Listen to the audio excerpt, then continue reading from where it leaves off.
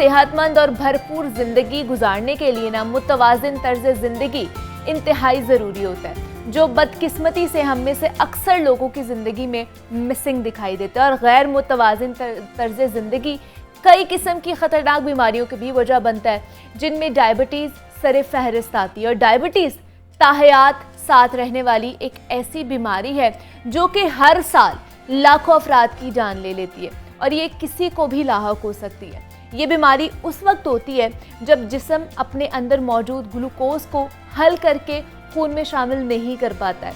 और डायबिटीज़ आलमी सतह पर तेज़ी से फैलती जा ही रही है और एक अंदाजे के मुताबिक दुनिया भर में बताया जाता है कि 42 करोड़ से ज़ायद अफराद इस ख़ास बीमारी का शिकार हो चुके हैं। और आलमी इदारा सेहत के मुताबिक ये तादाद 40 साल पहले के मुकाबले में 4 गुना ज़्यादा हो चुकी है। तो डायबिटीज़ की कई इकसाम हैं, ताहम 2 तरह की डायबिटीज़ ज़्यादा आम है, टाइप 1 और टाइप 2। और माहिरीन के मुताबिक ये बताया जाता है कि टाइप 2 जो है इस मर्ज़ की सबसे आम किस्म है और 90% जो अफराद हैं वो इसी बीमारी का सामना उन्हें करना पड़ता है। तो इसे किस तरह कंट्रोल किया जा सकता है, डायबिटीज़ टाइप 1 और टाइप 2 में क्या फ़र्क होता है, इससे बचा कैसे जा सकता है और अगर हो जाए तो कंट्रोल कैसे करें, कौन कौन सी चीज़ों से हमें इज्तनाब करना चाहिए, इस पर बात करेंगे। हमारे साथ इस वक्त डॉक्टर अनीबा सैयद मौजूद हैं, माहिर अमराज़ डायबिटीज़ हैं। डॉक्टर अनीबा, आपको खुश आमदीद कहती हूँ जागो लाहौर में। कैसी हैं आप? अस्सलाम वालेकुम, thank you so much. Thank you.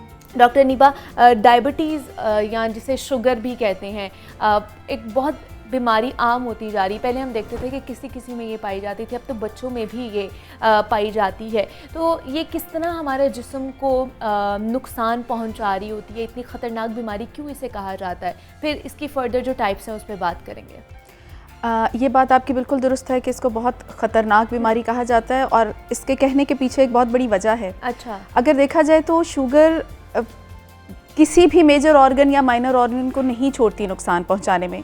अगर आप देखें तो हार्ट अटैक का बाइस बनेगी, कुछ लोगों में गुर्दे फेल हो जाते हैं, इसकी वजह से उसका बाइस बनती है, लोग डायलिसिस पे चले जाते हैं, इवन रीनल ट्रांसप्लांट कराना पड़ जाता है। पाँव पे ज़ख़म, टांगों पे ज़ख़म, पाँव कट जाना लोगों का बहुत बड़ी चीज़ है। फॉलेज का रिस्क बहुत बढ़ा देती है। इसके अलावा अगर आप देखिए तो आंखें, लोगों की नज़र बहुत ज़्यादा वीक हो जाती है, इवन कई लोगों की नज़र जा भी सकती है। सो ओवरऑल अगर देखा जाए तो हर मेजर हिस्सा जो कि जिस्म का है उसके ऊपर ये अटैक कर देती है शुगर और उसको अपना काम नहीं करने देती, जिसकी वजह से इंसान दवाइयों पे, मशीनों पे और इन चीज़ों के ऊपर डिपेंडेंट हो जाता है। वो अपनी लाइफ को प्रॉपर तरीके से नहीं जी पाता और ये सारी ज़िंदगी के लिए डिपेंडेंट हो जाता है बिल्कुल किसी हद तक। नहीं, एक्चुअली इसमें यह है कि अगर खुदा न खास्ता किसी को हार्ट अटैक हो गया तो हार्ट अटैक की वो दवाइयाँ उसको सारी उम्र खानी पड़ेंगी और दूसरे हार्ट अटैक का रिस्क उसको ज़्यादा होगा एज़ कम्पेयर टू पहले हार्ट अटैक। इसी तरह वो पेशेंट जिसका गुर्दा ख़राब हो गया एक दफ़ा, वो हम वापस नहीं ला पाएंगे। हम उसको रोक ज़रूर सकते हैं वहाँ पे अच्छी कंट्रोल करके डायबिटीज़, लेकिन वापस लाना बहुत मुश्किल है या कह लें नामुमकिन है। इसी तरह जिस पेशेंट को अगर खुदा न खास्ता किसी को फॉलेज हो गया है, इस फॉलेज की वजह से जो चीज़ या जो हिस्सा उसका काम करना छोड़ गया है, अच्छा, उसमें कुछ % शायद बेहतरी आ जाए, लेकिन 100% रिकवरी बहुत मुश्किल है। और जैसे मैं बात भी करी थी कि इसकी काफ़ी इकसाम है, लेकिन बताया जाता है कि टाइप 2 या टाइप 1 हम लोगों ने ज़्यादातर सुनी हुई है। तो और भी इसकी इकसाम है तो वो भी हमें बता दें या सिर्फ ये 2 इकसाम ही है? डायबिटीज़ की और भी इकसाम है और ये बात आपने बिल्कुल ठीक की है कि टाइप 1, टाइप 2 जो है ये मेजर पोर्शन होता है। टाइप 1, टाइप 2, उसके अलावा एक होता है जेस्टेशनल डायबिटीज़ जिसे हम कहते हैं, वो स्पेसिफिकली हामला ख़वातीन के लिए है। अच्छा। हमल के दौरान होता है, उसके बाद ज़ाहिर है उसके रिस्क और साइड इफ़ेक्ट्स मौजूद हैं, लेकिन ये होता उस दौरान है। सही। इसके अलावा वो किस एग्ज़ाम होती हैं जो थोड़ी कम पाई जाती हैं, जिसे हम मैच्योरिटी ऑनसेट डायबिटीज़ कहते हैं, मूडी कहते हैं, एक हमारी टाइप है जिसे लाडा कहते हैं। फिर वो टाइप्स भी हैं जो बच्चों में बिल्कुल पैदाइशी तौर पे जेनेटिक डिफेक्ट्स की वजह से होते हैं, वो पैदाइशी होती हैं। अच्छा। फिर एक और हमारे पास ग्रुप है डायबिटीज़ का जिसको हम कहते हैं सेकेंडरी। उसमें किसी ना किसी वजह से डायबिटीज़ हो गई, जैसे कि लबलबे का इन्फेक्शन हो गया, पेनक्रेटाइटिस, जिसकी वजह से डायबिटीज़ होगी। सिमिलरली अगर जैसे स्टीरॉयड का इस्तेमाल, बहुत ज़्यादा स्टीरॉयड का इस्तेमाल करने की वजह से कुशिंग्स डिजीज़ एक बीमारी है, वो होगी, उसके साथ शुगर उसके साथ लिंक है। सो बेसिकली ये सेकेंडरी कॉजेज़ में किसी कोई और वजह बनती है लेकिन शुगर हो जाती है। तो इस तरह काफ़ी इकसाम है जिसमें हमें देखना पड़ता है कि मरीज़ को कौन सी किस्म की है और हर किस्म डिफरेंट तरीके से फिर ट्रीट होती है। लेकिन टाइप 1 और टाइप 2 ज़्यादातर हम देखते हैं कि ये ज़्यादातर होती है, तो इसमें फ़र्क क्या है? टाइप 1 और टाइप 2 डायबिटीज़ में क्या फ़र्क है और क्या इनकी अलामात में भी वाज़ेह फ़र्क दिखाई देता है? अगर आसान अल्फाज में कहूँ तो टाइप 1 और टाइप 2 में अगर आप एक पेशेंट ये देखते हैं जो कि कम उम्र, ओके, या कह लें बच्चा या कम उम्र, हाँ, जिसका वज़न शदीद कम है, सही, वो अगर आप देखेंगे जिसका और वेट लॉस हुआ जा रहा है, ये मोस्टली टाइप 1 में आएगा, मोस्टली 100% नहीं।